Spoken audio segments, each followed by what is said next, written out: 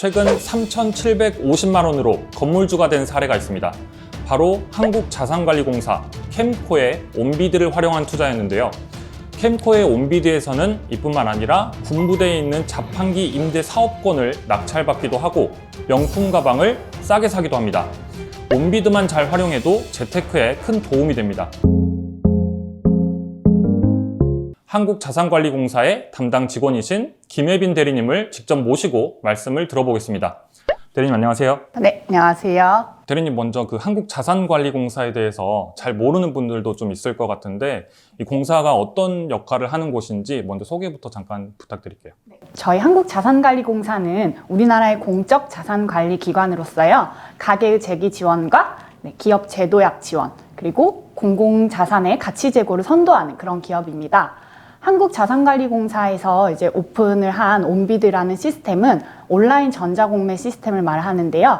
2002년도에 처음 오픈을 했고 지금까지 순거래 금액만 92조 원, 그리고 회원들은 56만 명을 보유한 국내 유일의 온라인 공공자산 처분 플랫폼이라고 보시면 되겠습니다. 이 온비드에 올라오는 물건들이 구체적으로 좀 어떤 물건들이 올라오는 건지 좀 쉽게 말씀을 해주셨으면 좋겠는데 어떤 국가재산이 왜 어떤 이유로 왜 여기 나오는 거고 뭐 구체적으로 예를 들면 어떤 것들이 좀 팔리는 건지 크게 이렇게 보시면 되세요. 국공유 재산이라든지 압류 재산이라든지 아니면 이제 일반 이용기관에서 나오는 불용품들이 이제 주로 거래가 되고 있는데요. 국공유 재산 같은 경우에는 국유 재산과 공유 재산이라는 걸로 구분이 되세요. 근데 일반 이용자분들이 조금 많이 어려워하시는 게 국공유 재산 차이가 뭔지 잘 좀 어려워하시거든요. 잘 모르겠어요. 네. 국공유 재산 이제 국유 재산 같은 경우에는 등기사항 증명서 안에 국 대한민국이라고 기재되어 있는 그런 재산을 국유재산이라고 하고요. 공유재산 같은 경우에는 이제 보통 지자체, 이제 각 지방자치단체에서 소유하고 관리하고 있는 그런 물건들을 공유재산이라고 합니다. 그리고 이제 압류재산이라는 또 구분이 있는데 압류재산 같은 경우에는 이제 세금을 체납하신 분들께서 네, 세금 대신에 이제 재산들을 압류를 해서 국세청에서 압류한 재산들을 저희 공사에서 대신 이제 위탁받아서 이제 처분을 하고 그 처분된 가격으로 세금을 이제 충당하는 그런 시스템에 있는 재산들을 말을 하고요. 그리고 이제 일반 이용기관 재산이라고 하는 게 대부분 거래되는 한 60에서 70% 정도 거래되고 있는 부분인데 일반 이용기관 재산들 같은 경우에 뭐 모두가 그렇지는 않지만 대부분 불용품들 그러니까 불용품이라고 네. 하는 게 좀 어떤 거죠? 불용자산이라고 하면 좀 어감이 그렇게 느껴지실 수도 있는데요. 교육청에서 학교에서 쓰던 TV, 컴퓨터 같은 것들이 이제 내용 연수가 지나가지고 처분이 되거나 아니면 뭐 대량으로 그렇게 처분이 되기도 하고요. 아니면 관공서에서 쓰던 차량 있죠. 네. 저희 차량들이 이제 상태가 정말 깨끗하거든요. 네. 관공서에서 쓰는 차량들은 대부분 엄청 관리를 잘 하시잖아요. 네. 그런 차량들이 이제 내용 연수가 지나서 이제 온비드를 통해서 공고가 되기도 하고요. 또는 합숙소, 기숙사 이런 건물들이 올라오기도 합니다. 그러면 중고차를 구입하고 싶어 하시는 분들 네. 그런 고민 좀 갖고 있는 분들도 온비드를 활용해도 괜찮겠네요. 네, 그래서 그 남성분들이 온비드를 통해서 이제 중고차 거래하시는 비중들이 굉장히 높은 걸로 알고 있거든요. 그래서 최근에는 저희가 작년에 온카랜드라고 자동차만 전용으로 볼 수 있는 전용관을 신설을 해서요. 자동차만 이제 저희가 따로 온비드에서 확인을 하실 수도 있습니다. 또 추가 덧붙이자면 온비드에서 거래되는 물건 그 차량들이 꼭 국산차만 있는 건 아니거든요. 외제차들도 있는 거예요? 네, 아까 말씀드렸던 압류재산이나 이런 사례들이 있기 때문에 그 물건의 종류들이 있기 때문에 외제차나 슈퍼카들도 종종 슈퍼카들도 있어요? 네, 올라오고 있습니다. 슈퍼카들도 그럼 조금 더 저렴하게 이렇게 만약에 구입할 수 유찰이 여러 번 된 물건이라고 한다면 훨씬 시세보다 저렴하게 거래하실 수 있죠.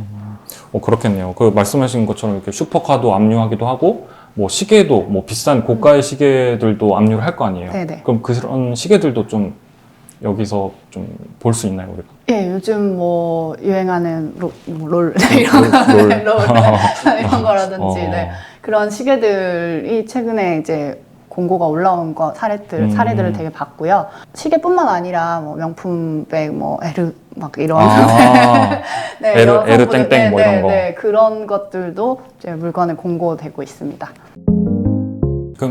온비드를 통해서 국가의 뭐 국유 재산이라든가 뭐 압류한 재산이라든가 이런 것들을 가격을 좀 더 싸게 팔게 되나요? 국민들에게? 보통 이제 물건을 처분을 할 때 최저 가격이 되는 이제 예상 가격은 감정평가를 통해서 책정이 되고 있고요.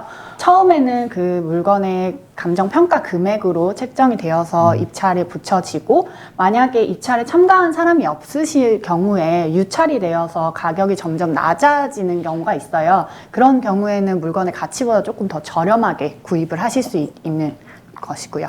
입찰 방법에 꼭 저희가 일반적으로 알고 있는 더 높은 금액을 써서 입찰을 하시는 방법 외에도 추천 방식이라는 또 입찰 방식들이 있거든요. 그런 경우에는 이제 감정평가 금액에만 입찰에 참가를 하시고, 그 중에서 이제 무작위로 추첨이 되는 거다 보니까 감정평가 금액과 현재 시세에 또 다른 시세 차익들을 노려가지고 재테크에 투자하시는 그런 부분들도 많이 계십니다. 그러면 그 감정평가 금액이 뭔가 고평가됐거나 저평가됐거나 이런 것들을 좀 판단해야 되는 부분도 있는 거예요? 예를 들면 압류재산 같은 경우에는 물건의 감정평가 금액이 들어가는데 그 권리관계에 대해서 분석을 따로 해드리진 않고 있거든요. 임차인이 있으시거나 아니면 물건에 권리관계가 있는 경우에는 반드시 입찰자 책임하에 입찰을 진행을 하셔야 되기 때문에 권리관계 분석은 입찰자분들께서 스스로 좀 진행을 하셔야 되는 그런 부분들이 있겠습니다. 그 투자에 성공하신 분들이 꽤 있을 것 같은데 네. 대표적으로 뭐 우리가 좀 딱 와닿을 만한 어떤 대표적인 사례가 좀 있을까요? 저희 그 썸네일에 보신 것처럼, 썸네일로 쓰신 사례처럼. 네. 그렇죠. 너무 다 알고 네네. 알고 여쭤본 것 같네요. 아니요. 저희 썸네일 사례처럼 3,700만 원으로 건물주가 된 사례라든지 군부대 생활병영관 내에 있는 병영생활관 내에 있는 자판기를 임대를 하셔가지고 자판기에서 나오는 수익들을 가지고 부가수익을 창출하신 경우라든지, 뭐 단돈 1,000원 가지고 자전거를 낙찰을 받으셔가지고 1,000원으로 자전거 낙찰 받으신 그런 사례들도 있고요. 1,000원으로 자전거를 사는 거는 왜 요즘에 우리가 당근마켓 쓰는 것보다 더 싸게 살 수 있는 건데요? 그렇죠. 그래서 1,000원에 자전거가 올라왔길래 뭐 반신반의하면서 입찰에 참가를 하셨는데 덜컥 낙찰이 되어버리셔서 운반비가 더 들 것 같아서 직접 가지러 가셔가지고 자전거를 타시고 집까지 돌아오셨다는 차로 아니고 자전거로. 그래서 열정이 있으시네요. 그런 사례들도 이제 있었습니다. 근데 아까 말씀 주신 그 우리가 또 썸네일로 썼던 그 3,700만 원으로 건물주가 되신 분, 이 사례 같은 경우에는 좀 어떤 배경이나 좀 어떻게 되신 거예요? 좀 노후화된 건물을 저렴하게 매수를 하셔가지고 이제 조금 재건축? 골조는 남겨놓고 재건축까지는 아닌데 건물을 좀 리모델링 하셔가지고 재테크를 하신 그런 사례로 보시면 될 것 같거든요. 유튜브로 풀기에는 너무 내용이 길어질 것 같은 그런 내용이어서 온비드 홈페이지에 활용후기 공모전 역대 수상작 내역이 있거든요. 거기에 들어오셔서 한번 읽어보시는 걸 추천을 드리겠고요. 그 온비드 홈페이지만 홍보를 하고 가시는 아니요.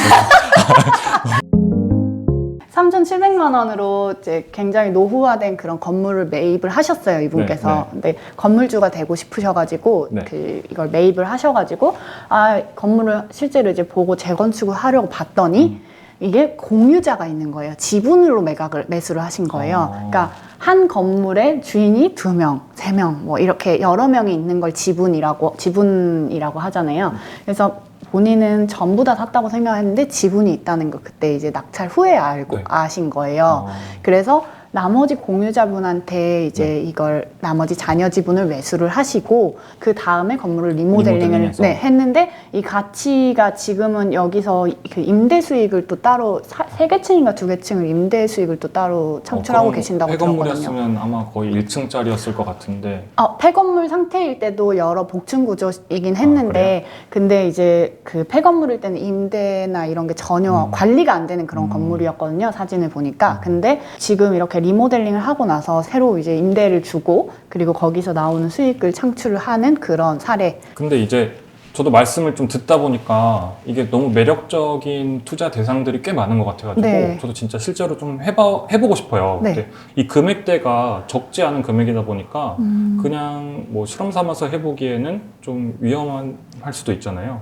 혹시 우리가 좀 네. 모의로 투자를 해볼 수 있다거나 모의로 입찰을 해볼 수 있다거나 네. 혹은 뭐 실제로 좀 하는 모습 같은 것들을 좀 네. 실제로 좀 볼 수 있나요? 비용 같은 경우에 그런 질문들을 정말 많이 하시거든요. 실제 일반 이용자분들께서 내가 온비드 입찰에 참가하기에 목돈이 없어서 너무 좀 힘들다라고 이야기하시는 분들이 많은데 저희가 다 전부 처분만 하는 게 아니라 네. 임대를 하는 아, 경우들도 있거든요. 그래서 이 자판기 사례처럼 그 군부대 병영생활관 자판기 사례처럼 자판기를 산 게 아니고요. 자판기를 임대한 거예요. 자판기의 수익권을 임대한다고 하죠. 그분은 그 자판기가 그 입찰 받으신 분께 아니라 거기서 나오는 수익만 받으시는 그렇죠. 거죠? 네.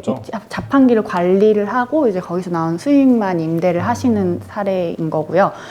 이런 임대 같은 경우에는 굉장히 저렴하거든요. 초기 투자하는 게.